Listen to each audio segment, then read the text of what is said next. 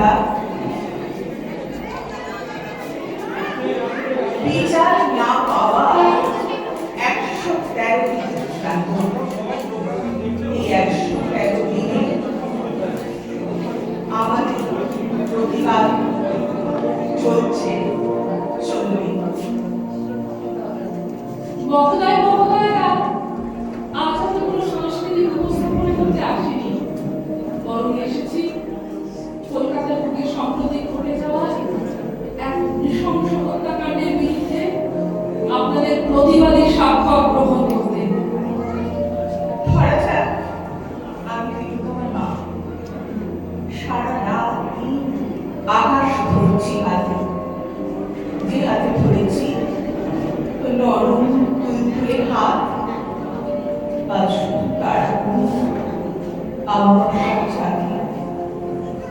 আজ আমাদের কিবা রাত কিবা দিন, আমি তোর বাবা আর ফ্রেমে বাধা ধরে বুকের পাখিটা পড়ে যায় চিনচিন, ফ্রেমে বাধা ধরে কিভাবে যে তোকে ছুরি সেলাই করছে বাবা। তুই কি জামা সেলাই করছে স্মৃতি, নিরাপদ ঘরে আজ সাবুদের খাওয়া। ডাক্তার হয়ে আত্মা আমাদেরকে প্রাণ দেওয়ার কথা ছিল, যার শেষমেশ সঙ্গী না লাশ থাকা ঘরে ক্ষত বিক্ষত দিল তোমার পরিবারের সুখের নদী, কেটে নিল মধুসূদন। 9 সেপ্টেম্বর মধ্যরাতে কলকাতার এক নামকরা সরকারি হসপিটাল, নামটা আপনাদের সকলেরই জানা,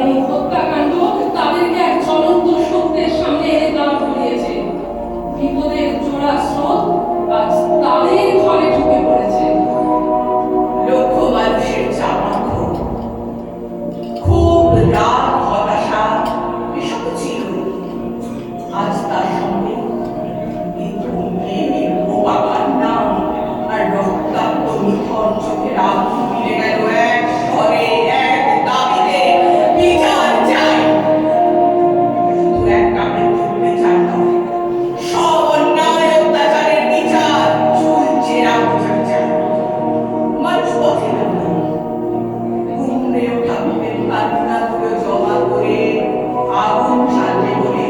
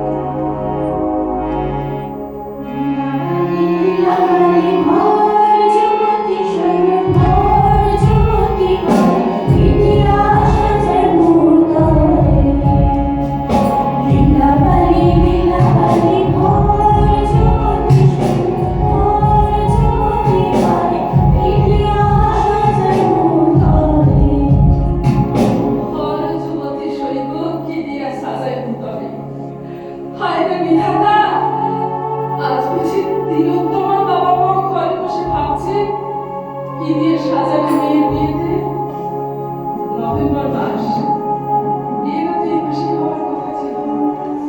আপনাদের কোনো হয়তো মনে আছে সে কথা, যে রাষ্ট্র পারে না যুবতীর মৃতদেহের সম্ভ্রম রক্ষা করতে, সেখানে বিবাহ, চাকরি, উচ্চশিক্ষার স্বপ্ন বড় বেশি বলে মনে হয়। 113টা দিন অতিক্রান্ত হয়ে গেছে, দ্রোহের ধিকি ধিকি আগুন এখনো জ্বলছে। কি পেল তিলোত্তমার মা? কি পেল তিলোত্তমার দেশ?